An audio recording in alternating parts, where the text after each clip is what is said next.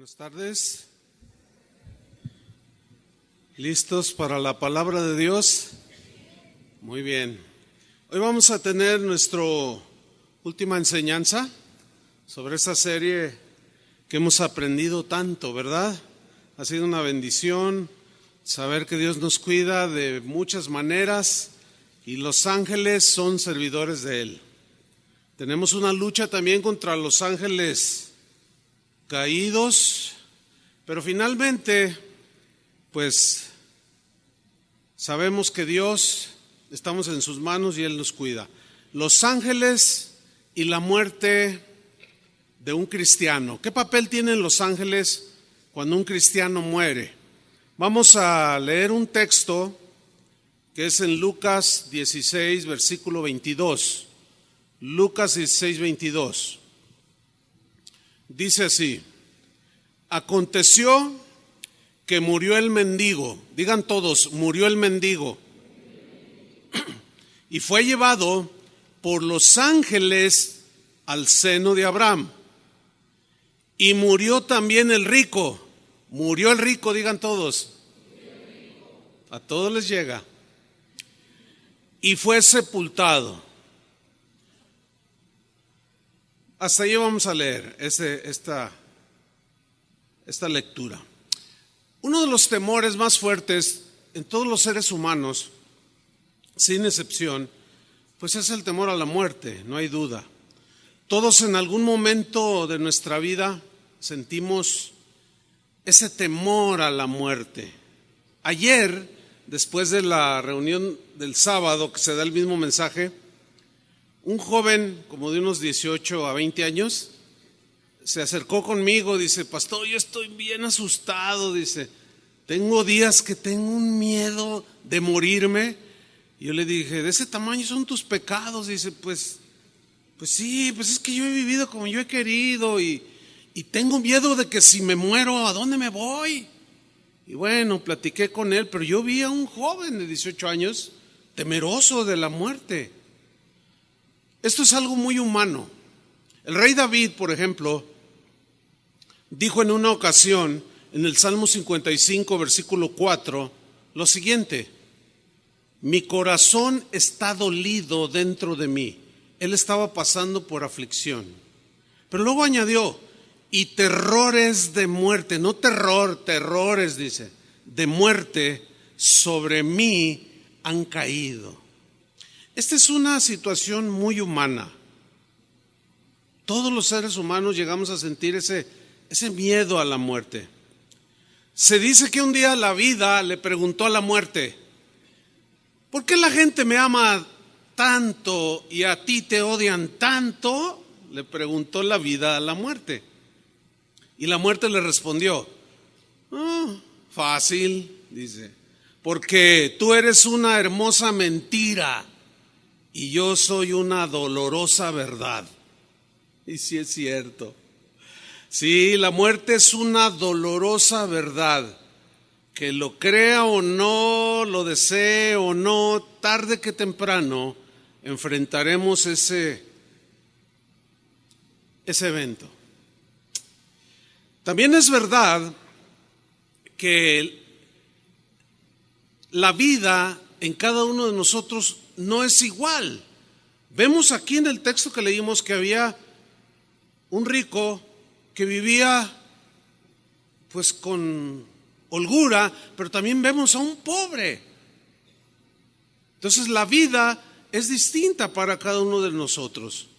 Pero murió el mendigo y murió el rico. Muere el pobre, muere el rico.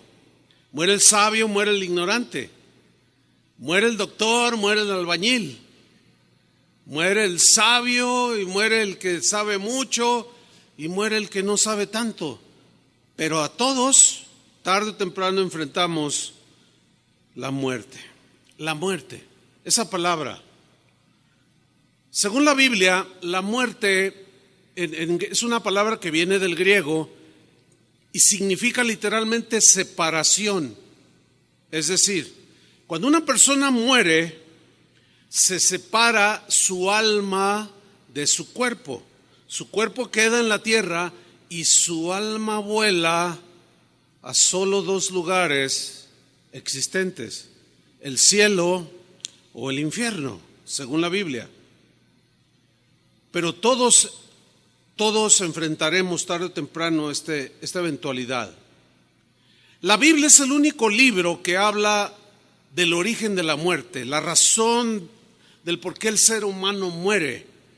Y esta está revelada en Génesis, cuando Dios le dice a Adán y a Eva que del árbol de la ciencia del bien y del mal no comerás. Génesis 2:17.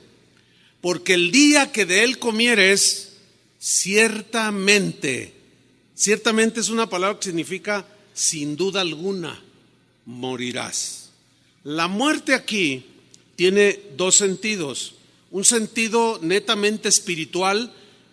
Hay una separación espiritual de Dios con el hombre. Esa es muerte espiritual. No hay vida de Dios.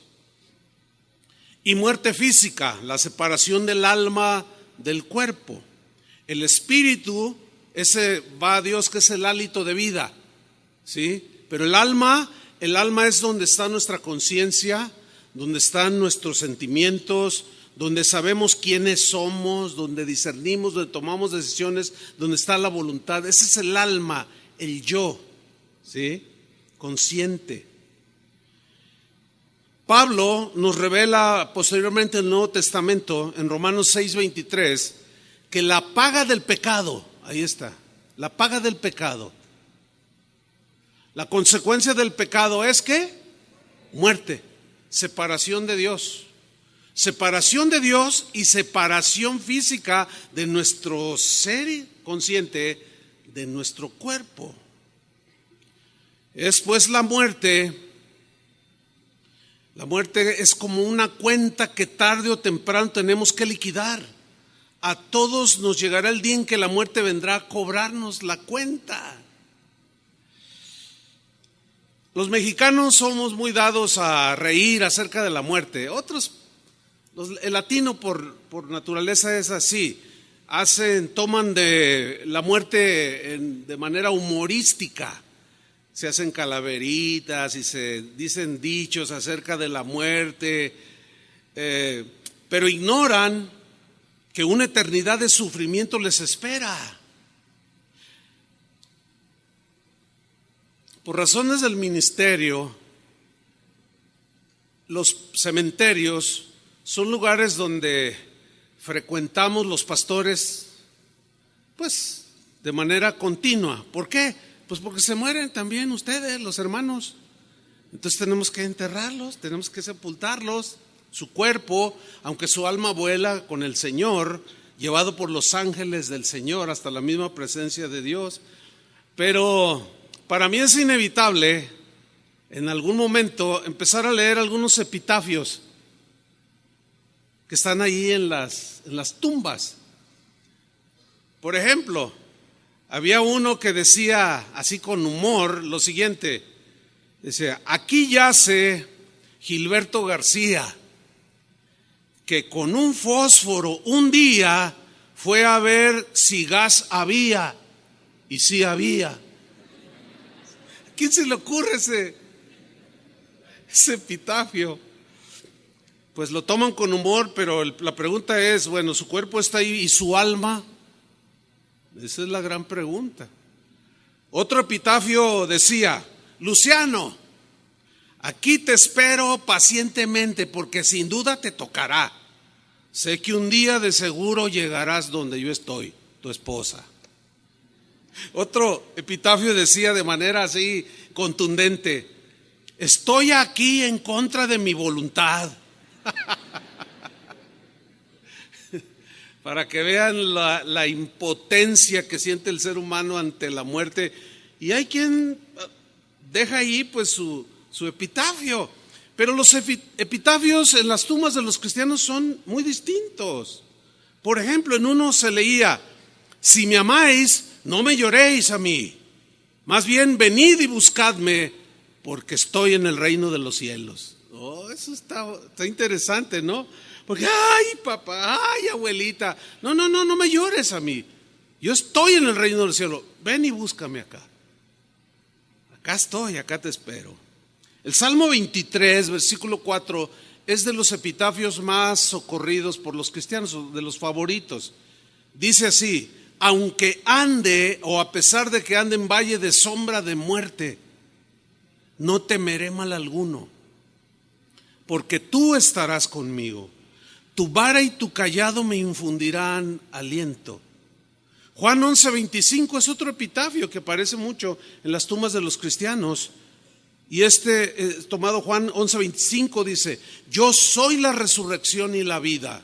El que cree en mí, aunque esté muerto, vivirá. Así es que, hermanos, vayan escogiendo su epitafio. Yo ya tengo el mío. ¿Quieres saber cuál es? Espera que sea que me muera.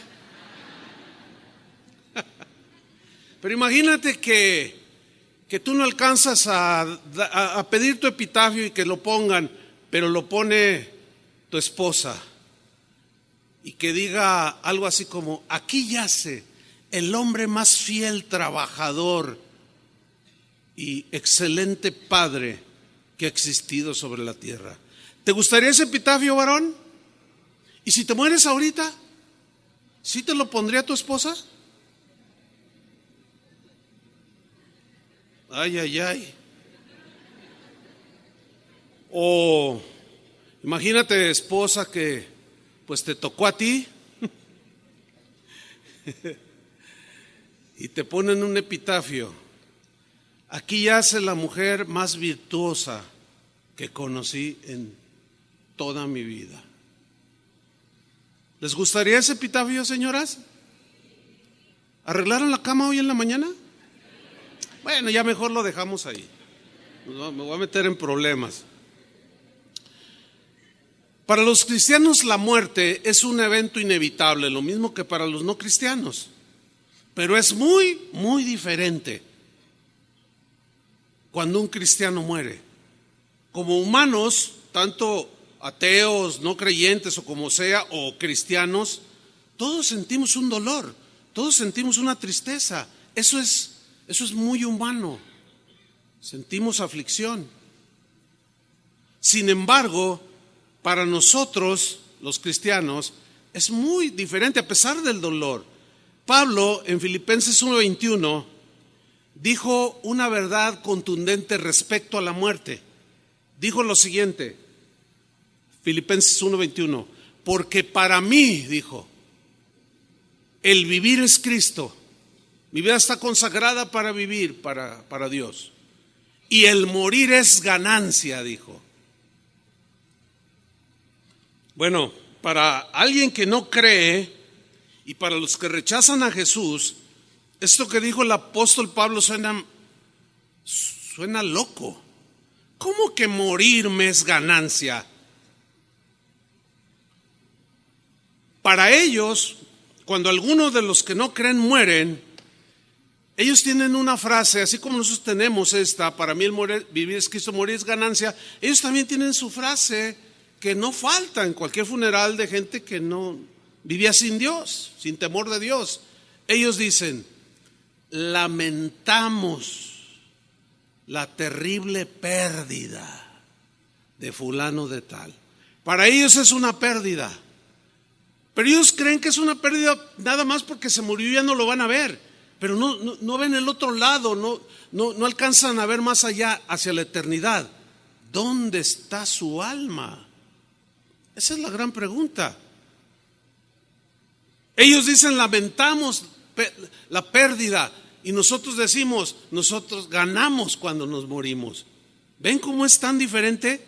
El rey Salomón, que era muy sabio, en Eclesiastés 7, versículo 1, dijo algo distinguiendo de lo bueno, de lo malo, de lo bueno, de lo mejor, lo más excelente. Dijo: mejor es el día de la muerte que el día del nacimiento. Suena raro, ¿no? A ver, mejor es el día de la muerte que el día del nacimiento. ¿Por qué dijo eso? ¿Qué significa? ¿Por qué es mejor el día de la muerte que el día del nacimiento? La respuesta es sencilla, hermanos.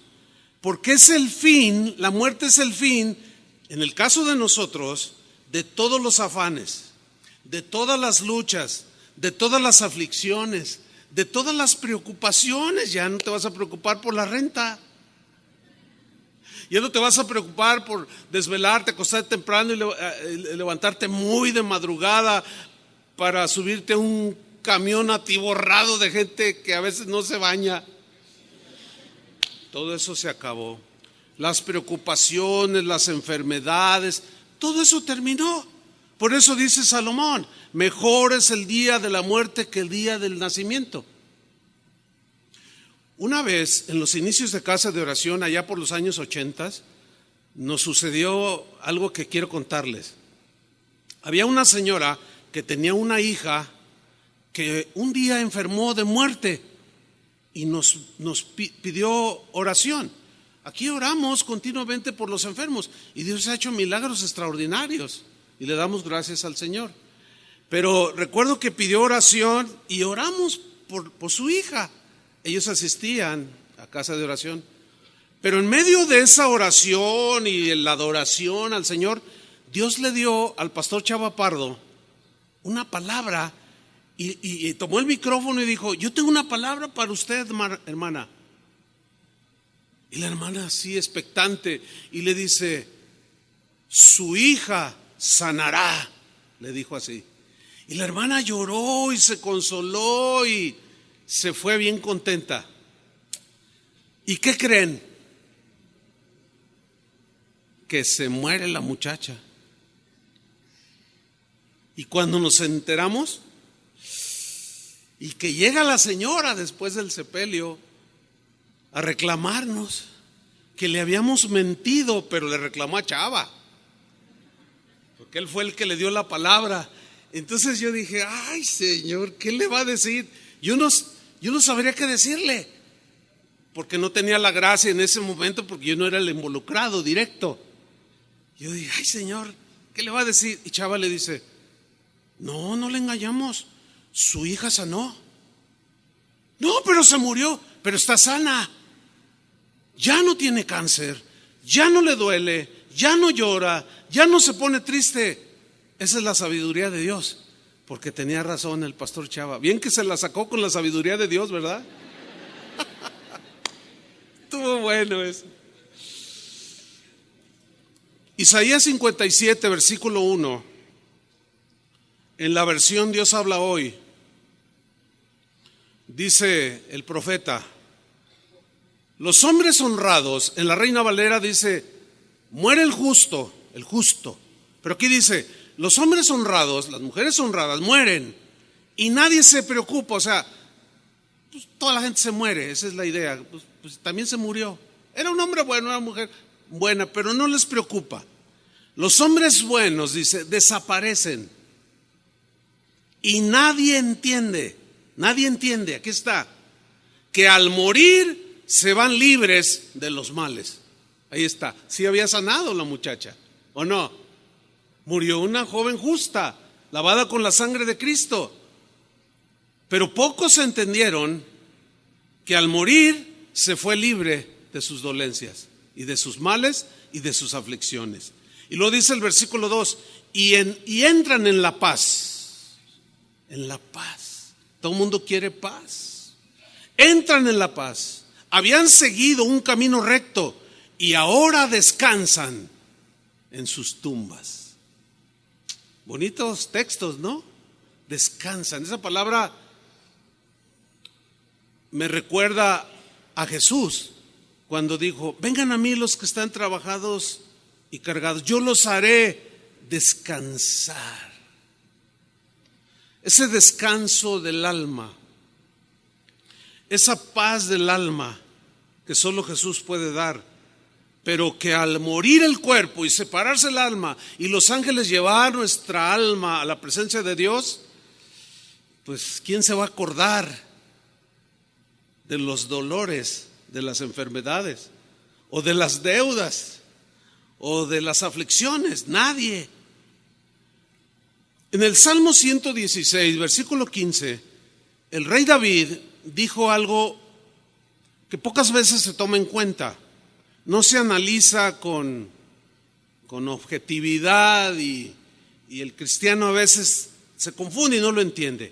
Voy a leerlo en la versión moderna. Dice así: preciosa a los ojos de Jehová es la muerte de sus santos. En la Reina Valera dice: estimada, anhelada, deseada, apreciada a los ojos de Dios es la muerte de uno de sus hijos. ¿Cuántos son hijos de Dios? Es estimada, deseada. ¿Cuántos de ustedes tienen hijos que viven lejos o en otro país? Levante su mano. Uy, un buen número. ¿Los gustaría tenerlos cerca? Claro, dice. Pues quisieran que el hijo viviera cuando menos aquí en Guadalajara, pero vive lejos. Ustedes lo quisieran tener con ustedes. Cuando Adrián tuvo su primer nieto, y que es el único hasta ahorita, era el hombre más feliz de la tierra. Tanto que empezó a mandar fotografías de todos colores y sabores. Yo le tuve que decir: oye, ya no me mandes, ya tengo 1700 fotos de tu nieto. Ya me saturaste la memoria de mi teléfono. Es que estoy muy feliz porque mi nieto. Y fotos así, cargándolo arriba, jugando, arrastrando, de todos. Un día llega a la oficina y lo veo así su rostro muy apocado, así muy triste. ¿Qué tienes, profe? No, yo no sé qué voy a hacer. ¿Qué pasó? Dice: mi nieto se va a ir a vivir lejos. Noten que no dijo mi hija, dijo mi nieto. Claro que ama a su hija y a su yerno, pero él dijo: mi nieto se va a ir a vivir lejos. Yo le dije: ¿a dónde se va? Y él dijo: a Los Cabos. Le digo: está cerquita, ya tendrás los tuyos, me dijo. Claro, uno quiere a sus seres queridos junto a uno. ¿Cuántos son hijos de Dios? Pues Dios nos anhela junto a Él. Pero qué extraño, no deseamos morirnos. Hay una aparente contradicción ahí. Él, estimada es a sus ojos, deseada, que nosotros partamos para estar con Él. Y luego nosotros decimos: no, Señor, ya tengo 120 años, pero sáname. Y auméntame y dame otros 500. Como que nos hace falta también anhelar estar con Él. Los primeros cristianos deseaban y anhelaban estar con Él. No que desearan de manera grotesca la muerte, porque sabían que un día vendría, pero sí tenían un sentido común bien afinado. El cristiano, pues, es un feliz ganador cuando muere. ¿Cuántos dicen amén? Porque va a la presencia del Señor, llevada por los ángeles del Señor. El asunto es con los que nos quedamos aquí. Yo he tenido la oportunidad de sepultar a un montón de hermanos. Un fin de semana se murieron 3 el mismo día, un sábado. Yo tuve que decirle a Toño: tú encárgate de uno, y a Chable: tú encárgate de otro hermano, y yo me encargo de otro, porque pues así tenía que ser. Y celebramos en un mismo día 3. Y en 36 años, créanmelo, hermanos, se han muerto un buen número de hermanos. Pero he notado que los que nos quedamos, contrario a ellos ya se olvidaron del dolor, el llanto, las lágrimas, la tristeza, los dolores, porque ya en el cielo no hay más tristeza, ni más llanto, ni más dolor. Pero he observado que los que nos quedamos aquí tenemos que seguir luchando. Tenemos que seguir peleando contra aquello que nos lastima. Tenemos que luchar continuamente contra el pecado que nos asedia, contra la enfermedad que de pronto invade nuestros cuerpos, con la desilusión que nos provocan los otros seres vivos, como nuestros hijos, o el cuñado, o el papá, o la mamá, con las traiciones, con la violencia. Tenemos que aguantar a los políticos. No sé si sea la tortura más terrible que hay, no lo sé, Pero la injusticia, la corrupción, miles de cosas, los que nos quedamos tenemos que seguir enfrentando y luchando hasta el último día de nuestra vida. Por eso Pablo decía, el morir es ganancia.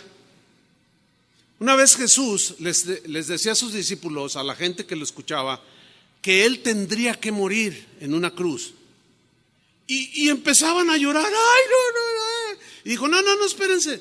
No lloren por mí, lloren por ustedes.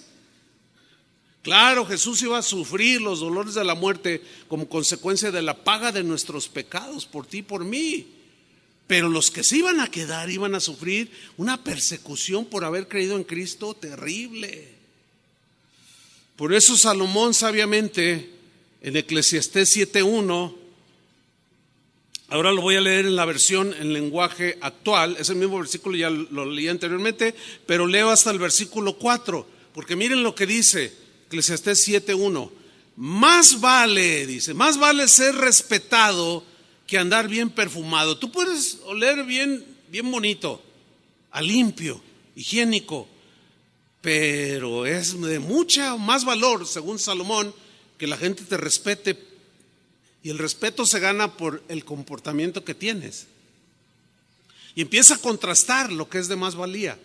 Y luego añade, más vale el día en que morimos que el día en que nacemos, que ya lo expliqué, la razón. Es de más valor. Versículo 2, vale más ir a un entierro que a una fiesta. ¿Y los fiesteros? ¿Cómo? Está loco ese Salomón. ¿Cómo va a ser mejor ir a un entierro que a una fiesta? ¿Por qué, siendo sabio, dijo eso? Ahorita vamos a ver por qué lo dijo, con sabiduría. Más vale ir a un entierro que a una fiesta, pues nos hace bien el recordar, al ver al difunto allí, que un día moriremos. En la Reina Valera dice, porque vamos a considerar y vamos a reflexionar y vamos a volver así, vamos a recapacitar, como diciendo algo así, algún día seré yo, algún día me tocará, y mi alma, ¿a dónde irá? ¿Qué va a ser de mi vida, de mi ser interior? Dice el versículo 3, más vale llorar que reír, el llanto nos hace madurar, porque el dolor nos quebranta y nos hace reflexionar. Versículo 4, en un funeral, dice, los sabios saben cómo comportarse, porque el sentido común está apropiado, está en buen nivel, se sabe cómo comportar, hay reflexión, hay volver en sí, meditando. Un día yo estaré allí sin duda. Y mi familia, ¿cómo me he portado con mi esposa? ¿Cómo he tratado a mis hijos? ¿Cómo me he comportado con mis compañeros de trabajo? ¿Cómo he maltratado o cómo he tratado bien a mis compañeros en la escuela o en el trabajo? O sea, el sabio sabe cómo comportarse, pero los tontos solo ríen y hacen chistes. Esos quieren siempre andar de fiesta. Y a muchos en la fiesta les llega por los pleitos que hay. Ciertamente, repito, como seres humanos nos duele, nos entristece y lloramos cuando un ser muy cercano a nosotros muere.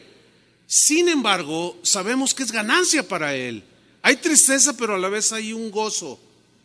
Hay unos sentimientos ahí medio encontrados, pero que nos ubican.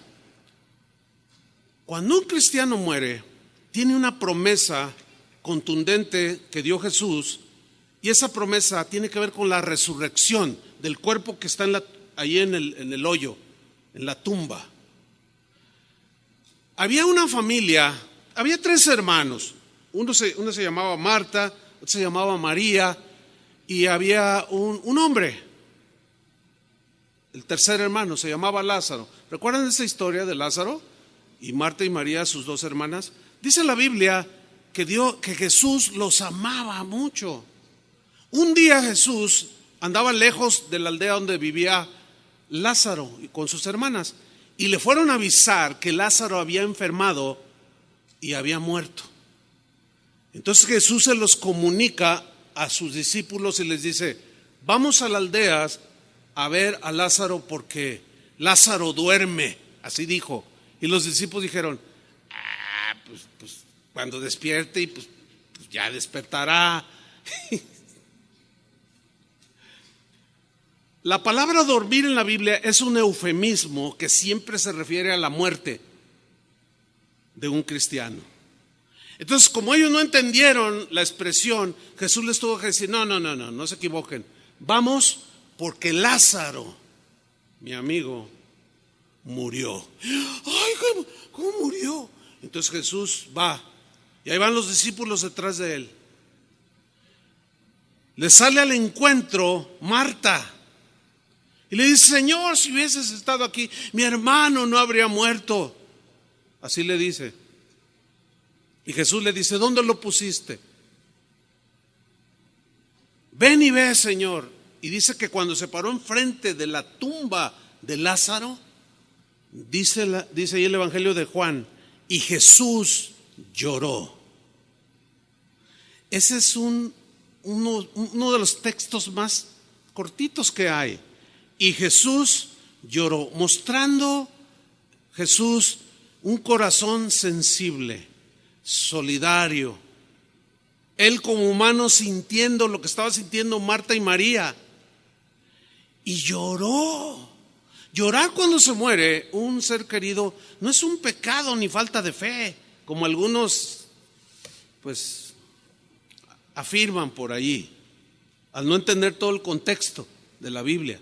No, Jesús lloró porque lo amaba, lloró porque tenía que ser así, aunque él sabía lo que iba a hacer con Lázaro. Ustedes conocen la historia.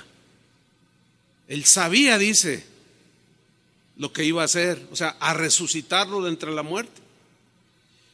En Juan 11:23, Jesús le dice a Marta: tu hermano resucitará, le dice. En el versículo 24, Marta le dijo: yo sé que resucitará en la resurrección, en el día postrero, o para el día del juicio. Ella tenía buena enseñanza acerca de la resurrección. Pero Jesús le dice en el 25, yo soy. No es una doctrina inventada, no es una filosofía, es una verdad. Y esa verdad es Jesús mismo. Dice, le dijo, yo soy la resurrección y la vida. El que cree en mí, aunque esté muerto, yo no tengo la menor duda que señaló la tumba de Lázaro. Aunque esté muerto, ¿qué dijo? Vivirá. Y luego había muchos a su alrededor, los discípulos y gente que le lloraba, que estaban ahí en el funeral o que habían estado en lamentación por días. Y voltea con los demás y les dice, y todo aquel que vive, que tiene vida ahorita y cree en mí, no morirá eternamente. Qué promesa tan contundente. ¿Cuántos creen de ustedes que tienen vida ahorita? ¿Creen? No morirán eternamente. Es una promesa de vida eterna. Dijimos que la muerte es la separación del alma del cuerpo. El espíritu también vuelve a Dios, dice que lo dio, dice que les estés. Pero ¿cuál es el papel de los ángeles cuando un cristiano muere? Aquí es donde entramos en la materia. En Lucas capítulo 16, abra su Biblia, Lucas 16, hay una historia, algunos dicen que es una parábola, otros que tienen mucho peso, digamos, en su interpretación bíblica a través de los siglos del cristianismo, dicen que no es una parábola, que es una historia. Yo en lo personal me incluyo porque es una historia, algo que sucedió. No es un ejemplo para ilustrar algo, es algo real, porque le pone nombre y lugares. Y en las parábolas no le pone nombre a nadie. Entonces, es una historia. Leámosla. Lucas 16, 19. Había un hombre rico, digan todos hombre rico. Había un hombre rico, dice, que vestía de púrpura y de lino fino El púrpura era el color de la tela más cara de ese tiempo. Era el color de los reyes, de los príncipes. El lino fino eran telas muy caras que solo usaban, como el día de hoy, la ropa muy cara solo lo usan los ricos.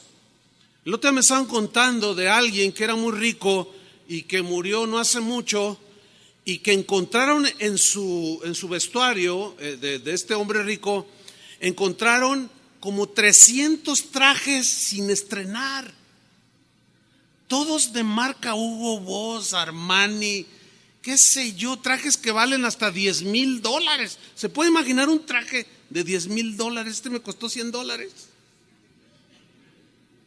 Un traje de $100,000. ¿Quién lo paga? Gente rica. Porque a veces, como una vez me paré, andábamos en un viaje misionero, tuvimos un poco ahí para conocer. Estábamos en Suiza y fuimos pues a las relojerías cuando vamos para ver.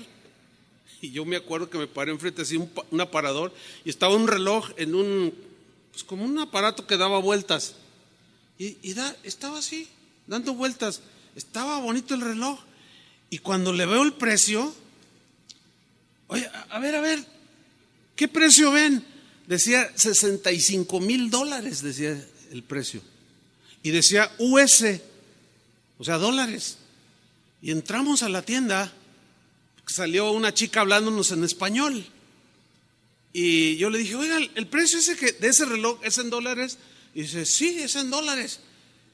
Y luego yo le digo, oiga, ¿y hay alguien que compre eso? Pues por eso los vendemos, dice. Bueno, ¿quién compra esas cosas? Un rico. ¿Sí? Y hacía cada día banquete con esplendidez. Cada día hacía comilongas. Gastaba más no poder. No dice si su riqueza provenía de haber sido un servidor público. No dice. Pero vamos a imaginarnos un poco, como suele haberlos por ahí, que se gastan el dinero de la gente, que los proyectos que hacen los gobiernos para beneficiar a los más pobres, a los ancianos, a los huérfanos, a los que no pueden estudiar, y hay millones de pesos y se quedan con ellos. Y luego se van a Europa a gastárselo con botellas de vino de $5,000. ¡Qué vergüenza! Pero es una realidad. Y así vivía este rico. Había también, versículo 20, había también un mendigo llamado Lázaro que estaba echado a la puerta de aquel, lleno de llagas. Un mendigo vive de lo que le den. Sin duda a veces iba y metía su mano a la basura para sacar algo de comer. Pobre y enfermo, lleno de llagas. Y ansiaba saciarse de las migajas que caían de la mesa del rico. Y no le daba ni siquiera un poco. Qué terrible corazón. Y aún los perros venían y le lamían las llagas a Lázaro. Versículo 2. Aconteció que murió el mendigo. ¿Qué le pasó al mendigo? Se murió. Y fue llevado por los ángeles al seno de Abraham. O sea, llegó un momento que su cuerpo ya no dio más, su espíritu lo exhaló, ese fue directamente hacia Dios, y su alma se separó de su cuerpo. Vinieron los ángeles de Dios para llevárselo a la misma presencia de Dios. Oiga, ¿para qué tanto protocolo, los ángeles aquí, por allá y más allá? ¿Por qué hasta aún después de la muerte de un creyente, pues se entiende por el final de la historia que Lázaro, aunque pobre, era rico en fe? ¿Por qué tiene que ser así? No nos olvidemos lo que dijo Pablo: no tenemos lucha contra carne y sangre, sino contra principados, contra potestades, contra gobernadores de las tinieblas de este mundo.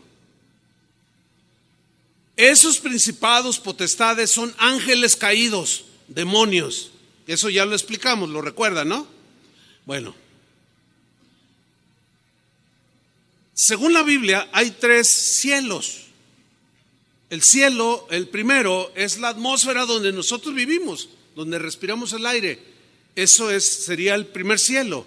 El segundo cielo es cuando pasamos la atmósfera terrestre. Allá ya se necesita inhalar oxígeno artificial, pues. Si vas en un avión o en un cohete rumbo a la luna, qué sé yo, tienes que respirar de manera artificial oxígeno. Ese es el segundo cielo.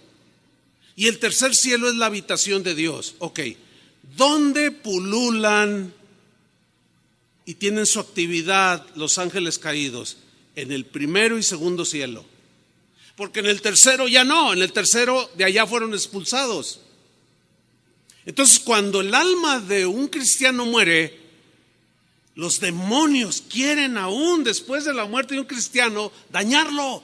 Por eso es que el Señor asignó ángeles que en el momento que nuestra alma sale, nos toman y nos dirigen. ¿Cuántos? Han de ser millones de ángeles cuidándonos, guardándonos con espadas relucientes tipo Jedi, qué sé yo. Por decir algo que se me ocurrió allí. Aquí no te acercas y no lo tocas, porque este es hijo de Dios y será llevado por los ángeles de Dios a la misma presencia de Dios. Eso es lo que dijo Jesús.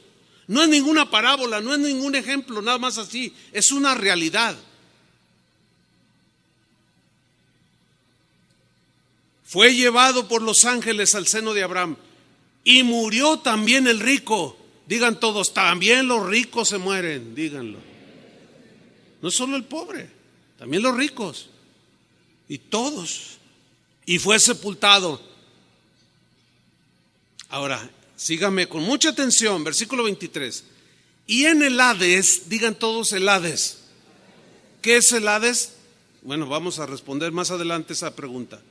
Y en el Hades alzó sus ojos. Quiero que pongan mucha atención. ¿Dónde estaba el cuerpo del rico? ¿Dónde estaba el cuerpo? Díganlo fuerte.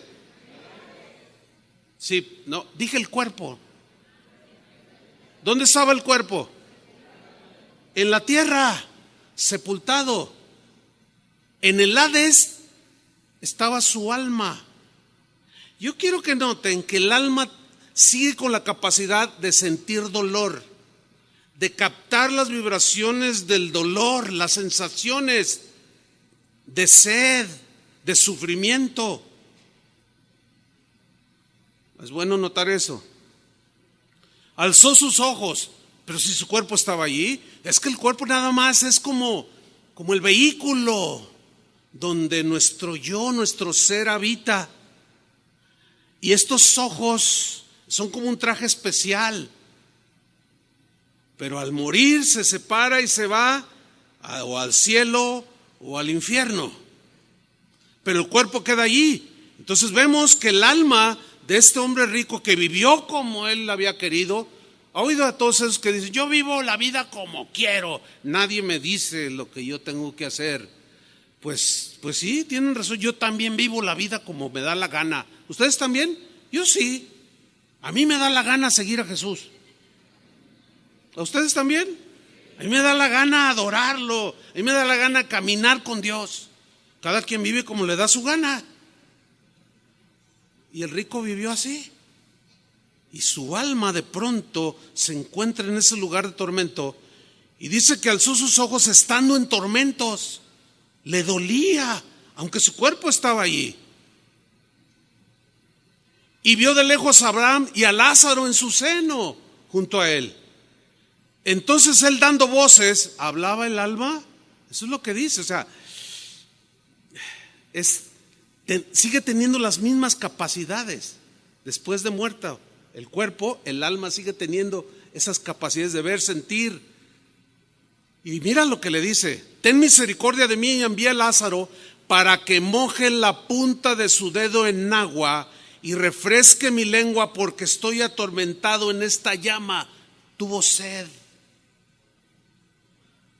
Pero Abraham le dijo: hijo, Acuérdate que recibiste tus bienes en tu vida. ¿Sí o no? Sí, viviste como te dio tu gana. Pues sí, viví como me dio mi gana. Pero fuiste un hombre corrupto. Fuiste un hombre sin misericordia, sin bondad, sin generosidad. Dice, acuérdate que recibiste tus bienes en tu vida. Lázaro también males. No tuvieron la misma clase de vida terrenal, pero espiritualmente eran diferentes. Pero ahora, dice Abraham, este es consolado aquí y tú atormentado, le dice. Además de todo esto, una gran cima está puesta entre nosotros y vosotros. Nosotros son los salvos, los creyentes. Y los otros, o vosotros, son los que están allá en tormento. De manera que los que quisieran pasar de aquí a vosotros no pueden, ni de allá pasar acá. Esa es una total imposibilidad. Entonces le dijo, te ruego pues, padre, que le envíes a la casa de mi padre con mi familia.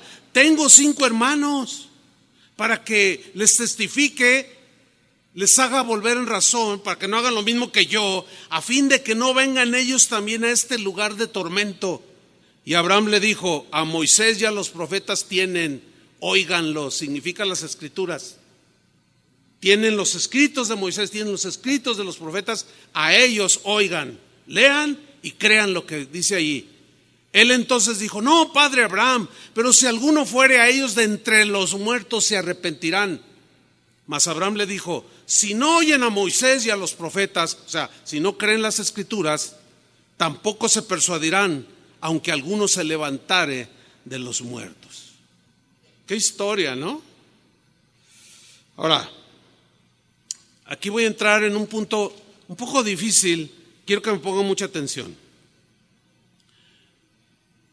Seguramente al leer las escrituras usted ha leído palabras como el Seol, el Hades, el infierno, el lago de fuego, el paraíso y el seno de Abraham. ¿Sí?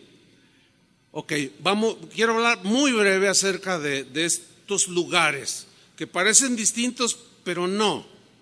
Por ejemplo, mire, el apóstol Pablo habló del paraíso como un sinónimo del cielo.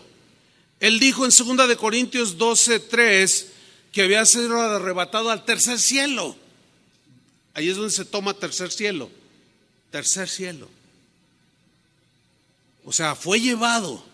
En el versículo 3 dice, y conozco al tal hombre, si en el cuerpo fui llevado o fuera del cuerpo que haya salido mi espíritu, mi alma, no lo sé, Dios lo sabe. Pero fíjese el versículo 4, que fue arrebatado al paraíso. Digan todos paraíso. Uy, pues, ¿qué le viene a la mente cuando dice paraíso? Un lugar de extrema belleza, de solaz, de descanso, de paz. Dice, en ese paraíso, dice Pablo, él oyó palabras inefables que no le es al hombre expresar, o que le es difícil expresar tanta hermosura que encontró allí. Bueno, vemos pues que aquí el paraíso es un sinónimo del cielo. Ok, cuando Jesús estaba en la cruz, ustedes recordarán, había 2 ladrones crucificados, uno a su derecha y uno a su izquierda. Uno de ellos dijo, Señor, acuérdate de mí cuando vengas en tu reino. Y Jesús lo mira y le responde, de cierto te digo que hoy estarás conmigo. ¿En dónde? En el paraíso, en el tercer cielo, o en el cielo mismo. Su alma, porque su cuerpo iba a morir y iba a ser enterrado. ¿Me están siguiendo? Ok. El seno de Abraham, digan todos el seno de Abraham. Esa frase solamente aparece una sola vez ahí en Lucas 16. No aparece en otra parte en la Biblia. Ok, el seno de Abraham, así le llamaban los judíos antes de Jesús, durante Jesús, el tiempo de Jesús, y todavía le siguen llamando el seno de Abraham, a donde van, esa es su fe de ellos, todos los creyentes en Dios. Entiéndase, paraíso, entiéndase el cielo mismo. Entonces, el seno de Abraham es otro sinónimo del cielo. Es sinónimo del paraíso. Los hombres impíos, escuche bien, los hombres malos, las mujeres sin temor de Dios, verán a los justos, los podrán ver de alguna manera, así como el rico vio a Lázaro, los verán en felicidad y ellos mismos se verán y sentirán el tormento. Y se van a dar cuenta que hay un grande abismo entre los dos lugares, paraíso, cielo, seno de Abraham, como en el infierno.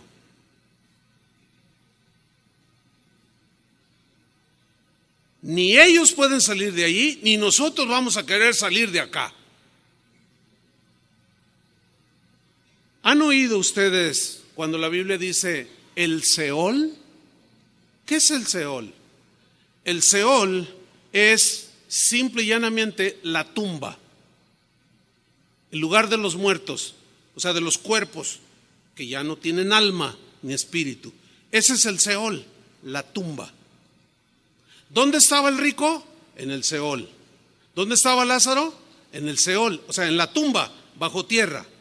Bueno, acuérdense que dice la Biblia que estando el rico en el Hades, digan todos el Hades. Ok. La palabra Hades es una palabra griega que significa el infierno. Ahora, ¿dónde estaba su alma? En el Hades. ¿En dónde? En el infierno. ¿Dónde estaba su cuerpo? En el Seol, bajo tierra. ¿Sí? La Biblia, Jesús lo nombró otra palabra que es el Gena. Esta tiene otra raíz, Gena. Su raíz también es griega, pero también se traduce como infierno. Las Escrituras en el Nuevo Testamento nos enseñan que el Seol, o sea, la tumba, ahí vamos todos los seres humanos, creyentes o no. Ahí vamos. Esto nos enseña el Nuevo Testamento. El Hades es el lugar temporal donde van los malos, los corruptos, los mentirosos, los adúlteros, los pecadores, los que viven como quieren, van al Hades. Nosotros vamos al paraíso. Ambos son lugares temporales donde el alma descansa o está atormentada. Ambos, creyentes y no creyentes, esperamos la resurrección final. Los impíos no quieren que llegue eso, porque aún sus cuerpos resucitarán, se volverán a unir con sus almas para finalmente ser sentenciados en el juicio del gran trono blanco, que se conoce como el día del juicio final, y serán lanzados al lago de fuego, que es donde está el lloro y el crujir de dientes, donde hay tormento por toda la eternidad, contrario a los que creyeron en el Señor, que están en el paraíso. Al venir sus cuerpos, al venir la resurrección, se une con sus cuerpos y vamos en cuerpo, alma y espíritu al tercer cielo. Ya no en alma, sino con el cuerpo resucitado. ¿Entendieron, hermanos? ¿O más o menos? No, dice la hermana, bueno, pues vuélvanlo a escuchar, ya no lo puedo repetir. Eso es lo que les iba a decir, vuelvan a escuchar. Son sinónimos, no son lugares diferentes. No nos hagamos mucho problema. Si no, pues olvídense, ¿no? No son lugares diferentes, son sinónimos. Ok. Lucas 23:43, aquí nos lo dice Jesús, lo que yo acabo de afirmar. Dice Lucas 23:43, entonces Jesús le dijo, de cierto te digo que hoy estarás conmigo en el paraíso, refiriéndose al ladrón. ¿Quién iba a estar con él en el paraíso? El alma. así como el alma misma de Jesús. ¿Su cuerpo dónde quedó por 3 días? En una tumba. Ok. Segunda de Corintios 5:8. Pablo nos asegura que un cristiano que muere inmediatamente va a la presencia del Señor. Algunos que confunden un poco el verbo dormir con que nos dormimos hasta que Él viene, y el sueño de no saber nada por un texto que viene en Eclesiastés. No, es un eufemismo, se repite. O repito. Y Pablo aquí nos lo asegura, que en cuanto un cristiano muere va a la presencia del Señor, dice, pero confiamos, y qué más quisiéramos, estar ausentes del cuerpo, o sea, ya no estar en este cuerpo, y presentes al Señor, inmediato. Filipenses 1:23, Pablo sigue hablando del mismo tema. Él tenía un conflicto, los filipenses estaban madurando, y él decía, el Señor me ha mostrado que ya voy a partir pronto, pero no sé qué sea mejor, si quedarme aquí por causa de ustedes para yo seguirlos pastoreando, ministrando, o estar con el Señor. Miren lo que él dice, teniendo deseo de partir y estar con Cristo, lo cual es muchísimo mejor. Fíjate, partir y estar ¿con quién? De manera inmediata, con Cristo. ¿Dónde está Cristo? Pues en el tercer cielo, ya en cuerpo resucitado, lo cual es muchísimo mejor. Ahora, en Apocalipsis 19:20 y capítulo 20, versículo 10, 14 y 15, ahí habla de un lugar que es el infierno literal, ya. Es un lugar de castigo eterno para todos los que rechazaron a Jesús, pero que ya estarán en cuerpo, después del juicio del gran trono blanco, en cuerpo y alma, recibiendo ese castigo en ese terrible lugar llamado infierno, que según palabras de Jesús fue preparado para el diablo y sus ángeles, no para nosotros. Pero allí van todos aquellos que siguen el ejemplo de Satanás, de rebeldía contra Dios. Pero aquellos cuyos nombres están escritos en el libro de la vida del Cordero, estaremos en cuerpo y alma en la misma presencia del Señor, en el paraíso, en el cielo, en el tercer cielo, para vivir eternamente al lado de su Señor. ¿Cuántos dicen gracias, Señor? ¿Cuántos esperan ese día? Los primeros cristianos anhelaban ese día. Su fe en Cristo era sólida. Ellos habían sido lavados por la sangre de Cristo, que fue derramada en la cruz por sus pecados. Y ahora, al morir, su cuerpo estaba allí, sus almas allá, pero anhelaban volver a tener esa unidad en su cuerpo, como Jesús. Cuando Él resucitó, cuando Él murió, su cuerpo quedó en la tumba sin moverse. Él salió, pero resucitó, cobró vida el cuerpo, ya con un cuerpo glorificado. Nuestro cuerpo resucitado tendrá la misma consistencia que el cuerpo de Jesús. ¿Se acuerdan cuando los discípulos, después de que Él murió, y estaban todos tristes, estaban allí en el aposento, y de pronto Jesús entró sin abrir la puerta? Se dice claramente que traspasó la pared y lo vieron. ¿Cómo había entrado? Porque el cuerpo resucitado ya no estará sujeto a las leyes terrenales. Es un cuerpo totalmente distinto. Jesús nos habló de esto, Juan 5:28. Miren lo que dice. No os maravilléis de esto, o sea, que no les sorprendan, no se perturben, no se maravillen de esto. ¿Qué? Porque vendrá hora, y a todos se le llega la hora, ¿no? Cuando todos los que están en los sepulcros, ¿quiénes están en los sepulcros? Buenos y malos. Están en el Seol, están bajo tierra. Cuando todos los que están en los sepulcros oirán su voz, y los que hicieron lo bueno, entiéndese, los que tuvieron temor de Dios, abrazaron la palabra de Dios, amaron a Jesús, creyeron el Evangelio, los que hicieron lo bueno saldrán a resurrección. ¿De qué? De vida eterna. Mas los que hicieron lo malo, a resurrección de condenación. Ahí está. Un hermano me preguntó, oiga, ¿y cómo será? Porque pues los que ya son polvo. No sé. La Biblia no dice nada más, dice que resucitarán. Porque ¿qué de aquellos que esparcieron el polvo en un río? Pues eso se responde con lo siguiente. La Biblia dice en Apocalipsis 20 que hubo una orden del cielo que dijo que los muertos, que el mar diera a sus muertos, la tierra diera a sus muertos, todo diera a sus muertos, o sea, que resucitaran. ¿Qué con un cristiano que fue devorado por 10 leones? ¿Dónde quedó su cuerpo? Bueno, finalmente se hizo polvo junto con los leones. ¿Me explico? Y aquí es donde viene una pregunta que para muchos es importante. Para mí en lo personal es intrascendente, pero la voy a tocar.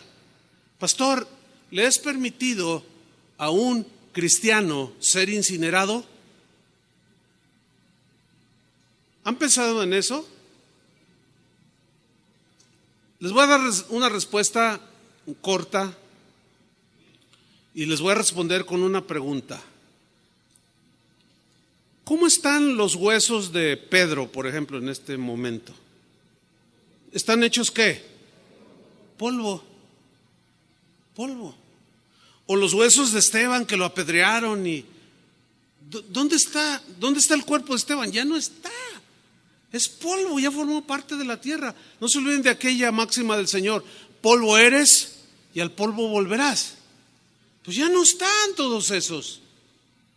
¿Cuál es la diferencia de alguien que fue incinerado, que es polvo, con el polvo del cuerpo del apóstol Juan? ¿Hay alguna diferencia? Entonces es intrascendente si incineran o no. Pero muchos se rompen la cabeza.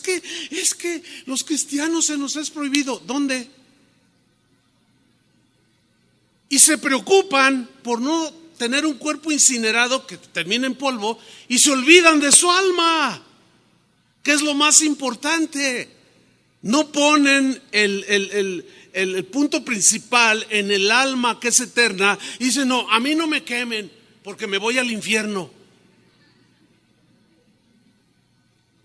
No sé si me expliqué. Ok. Entonces, tú decides si te incineran o no. Polvo eres y al polvo volverás. El que es incinerado simplemente lo adelantan a que se haga polvo. Eso es todo. Pero no hay ninguna afectación de tipo espiritual. La afectación espiritual está en el alma. Porque todos resucitarán. ¿Cómo? El polvo se unirá. ¿Qué sé yo? ¿Cómo lo irá a hacer el Señor? Pero así dice que habrá resurrección de vida, resurrección de muerte. Ok, para terminar. Los cristianos en el tiempo de Pablo se morían. Y a veces les sucedía a ellos lo que también a nosotros nos sucede, a los que quedan con vida. Dicen: ay, se confunden, lloran, se afligen. Y cuando uno está afligido, el ser humano y aún el cristiano tiene la tendencia de olvidar por el dolor. Se centra uno tanto en el dolor, la aflicción, que se olvida de la palabra de Dios, las promesas. Por eso la Biblia dice que vayamos con el que está en dolor y lo consolemos. Oremos por él. Porque algo nos pasa. Cuando estás enfermo, como que no conectas bien las ideas y hasta se te olvida que el Señor sana. Cuando estás triste, lloras y dices: ay, ya me abandonó hasta el Señor. Y no es cierto, es el estado de ánimo. Y a los cristianos en Tesalónica les pasaba algo así. Por eso Pablo les escribió lo siguiente. Vamos ahí y terminamos. 1 Tesalonicenses 4:13. Dice Pablo: tampoco queremos, hermanos, que ignoréis acerca de los que duermen. Acuérdense que dormir aquí significa que han muerto. ¿De acuerdo? Es un eufemismo que más abajo se dice más claro. Tampoco queremos, hermanos, que ignoréis acerca de los que ya se murieron. Dice otra versión muy claramente. para que no os entristezcáis como los otros que no tienen esperanza. O sea, hay una tristeza muy diferente la que sentimos los creyentes a la que sienten los no creyentes. Mire, muchas veces hemos estado sepultando a un hermano, a una hermana, Julio, Chuy García, los que dirigen la alabanza, con una guitarra cantamos alabanzas. No es más que un hasta luego, no es más que un breve adiós. Y allá en el cielo nos volveremos a ver en la presencia del Señor, etcétera. Y hay llanto en los familiares, pero no hay esa desesperación como dice aquí. No quiero que ignores cerca de los que ya murieron, para que no se entristezcan como los otros. ¿Quiénes son los otros? Los que no tienen fe, los que no creyeron. Y cuando se les muere a alguien es una total desesperanza, porque no la tienen. ¿Cuántas veces hemos vivido esto? Que estamos ahí con llanto, lágrimas, sí, pero hay paz. Y al otro lado, así a 5 metros, están sepultando a otro. Y una gritería que se toman, pero gritan con unos gritos desgarradores, una desmayadera por todos lados. Las botellas de alcohol, no para tomar en este caso, sino, mamá, ¿por qué te voy? Se quiere aventar al hoyo, con una desesperanza total. Mire, no pocas veces esa gente ha venido, por favor, ¿cuánto nos cobran por cantar esas que cantan? Vengan a cantárnoslas acá. Me dice Chuy, ¿cómo ves? Le digo, no, pues ve, cántale unas 3. A ver, vayan los cantores, las cantoras. Pero pues, obviamente ellos quieren pagar, imagínense. Es que oímos, ¿y por qué ustedes están así? Hay algo diferente. Y Pablo dice, no sean como los que no tienen esperanza, que se desmayan. No, es una ganancia para el que está muriendo allí. Y ustedes tienen que entenderlo. Versículo 14. Porque si creemos que Jesús murió y resucitó, ¿cuántos creen? Ok. Así también traerá Dios con Jesús a los que durmieron en Él, o a los que murieron creyendo en Él. Por lo cual os decimos esto en palabra del Señor, que nosotros que vivimos, Él tenía la fe que cuando Jesús viniera, Él iba a estar vivo. Posteriormente el Señor le reveló que no. Pero Él aquí en este momento tenía esa convicción. Por eso se incluyó. Pero dice, pero nosotros que vivimos, que habremos quedado hasta la venida del Señor, no precederemos a los que durmieron, o sea, a los que murieron en Cristo. Porque el Señor mismo, con voz de mando, con autoridad, con voz de arcángel, porque acuérdense que los arcángeles eran principales que tenían autoridad y ellos ordenaban, y los miles y millones de ángeles que estaban bajo su cuidado, de Lucero, de Miguel y de Gabriel, que son los 3 arcángeles de Dios, ellos eran principales con voz de autoridad. Ahora Jesús mismo, con esa autoridad, eso significa voz de arcángel, con autoridad, y con trompeta de Dios, descenderá del cielo. Y aquí ya nos dice claramente, y los muertos en Cristo resucitarán primero. Luego nosotros los que vivimos, supongamos que viene en este momento el Señor. Según esto, ¿quiénes resucitarán primero? Todos los que hemos sepultado en los distintos cementerios aquí en la ciudad. Ellos resucitarán primero, dice. Luego nosotros los que vivimos, los que hayamos quedado, seremos arrebatados juntamente con ellos en las nubes, y en ese arrebatamiento seremos transformados. No vimos la muerte los que quedemos, o los que tengan el privilegio de no ver la muerte. Sus cuerpos serán idénticos a los cuerpos resucitados de los hermanos en Cristo, y recibiremos al Señor en las nubes y así estaremos siempre con el Señor. Por tanto, dice, alentaos los unos a los otros con estas palabras. Hermanos, si Dios es con nosotros, ¿quién contra nosotros? Concluyo con esto. Está comprobado por muchos estudios que se han hecho que la actividad más reiterada, más repetitiva que los ángeles buenos y malos tienen es en los hospitales. Usted pregúntele a cualquier enfermera, a cualquier doctor que trabaje en un hospital y pregúntele: oye, ¿tú sabes de historias raras, así extrañas, como que la gente, casos así como por ejemplo que sucedió aquí en el Hospital del Seguro, que está aquí como a 1 kilómetro, de una señora que gritaba desgarradoramente? Había sido una señora mala. Y ahí hay varios cristianos que asisten aquí a casa de oración. Gritaba y decía: ya viene por mí, yo no me quiero ir, son demonios, están horribles. Y gritaba desesperadamente, como que miraba algo. Estaba a punto de la muerte. Y los demás: no, ¿qué vemos? Nadie la está llevando, señora. Sí, aquí está. Y de repente, ¡shh! ¿Quiénes eran esos? ¿Ángeles de Dios?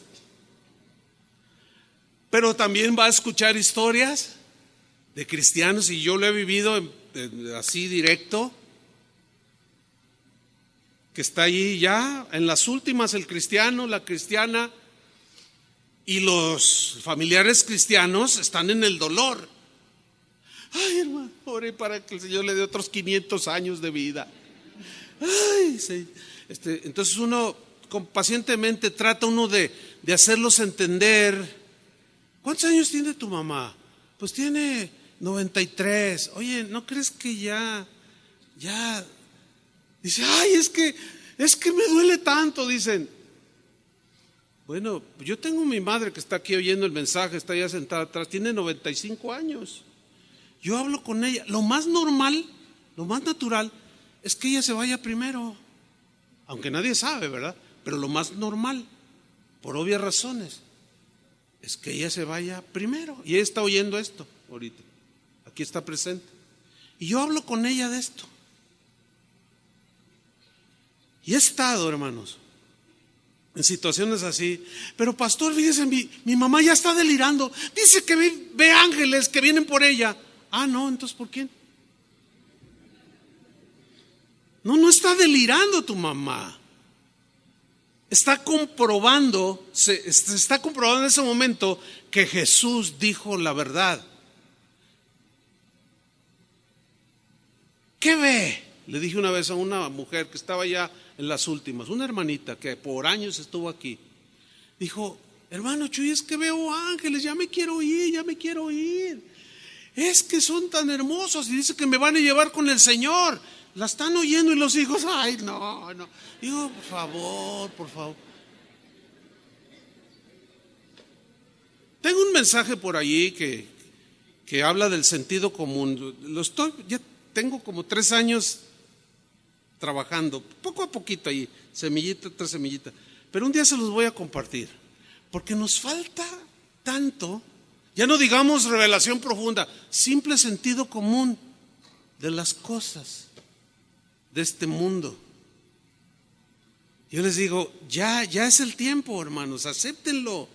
Bueno, finalmente lo aceptan. Exhala su último aliento, el espíritu va al Señor, su alma sale. Hay muchos testimonios de gente que regresa al cuerpo y ven como todos lloran, los médicos llegan y le mueven. Y yo estaba viendo, dice, que me estaban tratando de resucitar, pero cuando yo salí de mi cuerpo, dicen, yo ya no tenía dolor, pero el Señor me dijo: todavía no es tu tiempo, vas a regresar. Y cuando entré a mi cuerpo, hay infinidad de historias así. Cuando entré a mi cuerpo, me volvió a doler el cuerpo, se volvió a sentir el dolor. Hay testimonios de sanidades impresionantes. Hermanos, tenemos todo asegurado. Hasta el último día de nuestra vida, los ángeles de Dios que son fieles nos cuidarán y nos llevarán a la misma presencia del Señor. Nuestro cuerpo irá a la tierra. Lloraremos, te cantaremos, pondremos tu epitafio, lo que sea, pero un día el Señor vendrá con voz de mando, con voz de arcángel, y llamará a los que murieron en Cristo. Resucitaremos para estar con el Señor por toda la eternidad. ¿Cuántos les dan un aplauso al Señor? Amén. Pónganse de pie.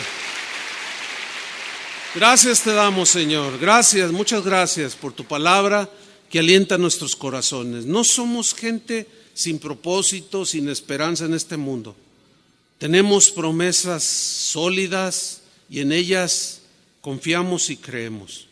Gracias, Señor, porque la actividad angelical de los ángeles que están contigo son a favor nuestro. Gracias por esta serie, Señor, que ha sido de mucha bendición para todos nosotros, porque tu palabra tiene esa cualidad, Señor.